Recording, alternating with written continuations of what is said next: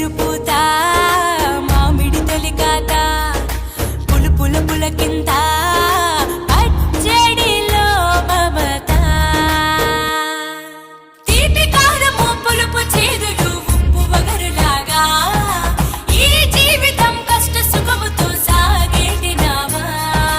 అదే అదేగా ఉగాది మనకు బోధించే మంత్రం ఇదేగా మనిషి మనుగడకు ఆది అంత సూత్రం విళంబినామ సంవత్సరం విజయ పరంపర